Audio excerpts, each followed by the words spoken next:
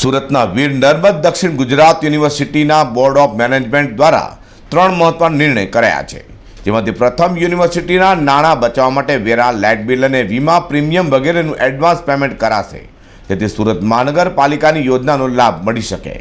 આ ઉપરાંત વીર નર્મદ દક્ષિણ ગુજરાત યુનિવર્સિટીમાં વપરાયેલી ઉત્તર વહિનીનું બંડલ 2 વખત રસ્તામાં પાડી દેનાર અમદાવાદની એજન્સીને બ્લેકલિસ્ટ કરાઈ છે અને વિશ્વની અન્ય યુનિવર્સિટીના વિદ્યાર્થીઓને વર્ગદીઠ 5 બેઠકની મર્યાદામાં પ્રવેશ આપવાનો નિર્ણય પણ કરાયો છે। સુરતના વીર નર્મદ દક્ષિણ ગુજરાત યુનિવર્સિટીમાં મળેલી બોર્ડ ઓફ મેનેજમેન્ટની બેઠકમાં નિર્ણય કરાયો છે કે યુનિવર્સિટીના નાણાં બચાવવા માટે મિલકત વેરા બિલ, લાઇટ બિલ, વીમા પ્રીમિયમ વગેરેની એડવાન્સ પેમેન્ટ કરીને ચૂકવણી કરાશે, જેથી કરીને સુરત મહાનગરપાલિકાની વેરા ડિસ્કાઉન્ટ યોજના હેઠળ યુનિવર્સિટીના નાણાં બચાવી શકાય। આ ઉપરાંત વીર નર્મદ દક્ષિણ ગુજરાત યુનિવર્સિટી દ્વારા વપરાયેલી ઉત્તર વહી અને પડતર પ્રશ્નપત્રના નિકાલ કરવાનો કોન્ટ્રાક્ટ અમદાવાદની MS ટ્રેડર્સ એજન્સીને આપવામાં આવ્યો હતો, પરંતુ એજન્સી દ્વારા શરૂઆતમાં કામની શરતો મુજબ કામ કરાયું નહોતું।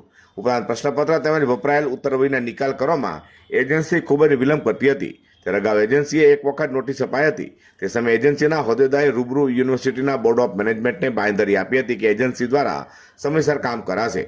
ત્યારબાદ યુનિવર્સિટી પરિસરમાં વપરાયેલી ઉત્તર વહીનું એક બંડલ 2 મહિના પહેલા મળી આવ્યું હતું અને ત્યારબાદ બીજી વખત પણ વપરાયેલી ઉત્તર વહીનું એક બંડલ રસ્તા પરથી મળી આવતા એજન્સીને બ્લેકલિસ્ટ કરવાની કાર્યવાહી હાથ ધરી હતી। અંતે બોર્ડ ઓફ મેનેજમેન્ટે ઠરાવ કરીને અમદાવાદની એજન્સીને બ્લેકલિસ્ટ કરવાનો નિર્ણય કર્યો છે।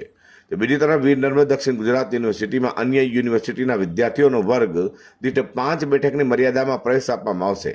નર્મદ દક્ષિણ ગુજરાત યુનિવર્સિટીએ અન્ય યુનિવર્સિટીના વિદ્યાર્થીઓમાં પ્રવેશ માટે એક માર્ગદર્શિકા પણ બહાર પાડી છે।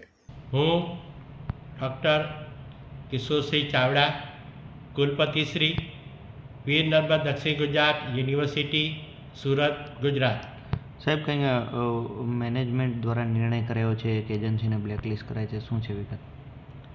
અમદાવાદની MK ટ્રેડર્સ કંપની જે હતી, જે પેપર અને પસ્તી લઈ જવાનો કોન્ટ્રાક્ટ હતો, એઓએ રસ્તાની અંદર 2 બંડલ પડી ગયા હતા। એ સંદર્ભની અંદર એમને કારણદર્શક નોટિસ આપીને અંતે બોર્ડ ઓફ મેનેજમેન્ટ દ્વારા તેને બ્લેકલિસ્ટ કરવાનો નિર્ણય લેવામાં આવ્યો છે। અન્ય યુનિવર્સિટીના વિદ્યાર્થીઓને પ્રવેશ માટે પણ કંઈક નિર્ણય કરાયો છે, શું છે? રાષ્ટ્રીય શિક્ષણ નીતિ 2020 અંતર્ગત આપણી વીર નર્મદ દક્ષિણ ગુજરાત યુનિવર્સિટીમાં વિશ્વની કોઈપણ યુનિવર્સિટીનો વિદ્યાર્થી આપણે ત્યાં ચાલતા અભ્યાસક્રમના કોઈપણ સેમિસ્ટરની અંદર તે પ્રવેશ લઈ શકે છે। એ વિદ્યાર્થીનું પરિણામ બાકી હોય તો પણ એ બાંયધરી પત્રક આપીને પ્રવેશ ફાળવવામાં આવે છે। એ વિદ્યાર્થીને માઇગ્રેશન કે કંઈ પણ બાકી હોય તો પણ બાંયધરી લઈને એને પ્રવેશ ફાળવવામાં આવે છે। એ તમામ વિષયમાં નાપાસ હોય તો પણ તેને પ્રવેશ ફાળવવામાં આવે છે અને તેની સમકક્ષ આ યુનિવર્સિટીની ક્રેડિટ ફાળવીને તેની પરીક્ષા લઈને પ્રવેશ ફાળવવામાં આવે છે।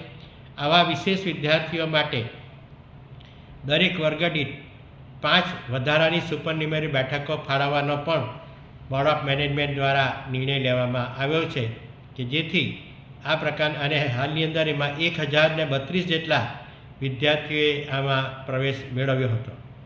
સાહેબ, કંઈક એડવાન્સ વેરા પણ ભરાશે, શા માટે એડવાન્સ નિર્ણય કરાયો છે આવો? સુરત મ્યુનિસિપલ કોર્પોરેશન જેવી સ્થાનિક સ્વરાજ્યની સંસ્થાઓ અને સરકારી એજન્સીઓ એપ્રિલ માસની અંદર એનો વેરો કે બિલ એડવાન્સ ભરવામાં આવે તો તેના પર મોટું આર્થિક વળતર કે રિબેટ આપવામાં આવે છે।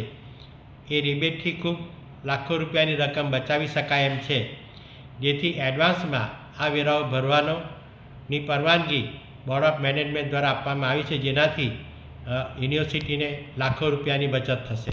મહત્વની બાબત એ છે કે વિદ્યાર્થીએ પ્રવેશ મેળવવા માટે માઇગ્રેશન સર્ટિફિકેટ રજૂ કરવું પડશે અને જો તેની પાસેના આ સર્ટિફિકેટ ન હોય તો એફિડેવિટ સાથે અરજી કરવાની રહેશે અને ખાસ વિદ્યાર્થીઓ અન્ય યુનિવર્સિટીનું પરિણામ આવ્યા પહેલાં જ આ અરજી કરવાની રહેશે। અઝર કુર્સી સાથે પ્રકાશવાળા।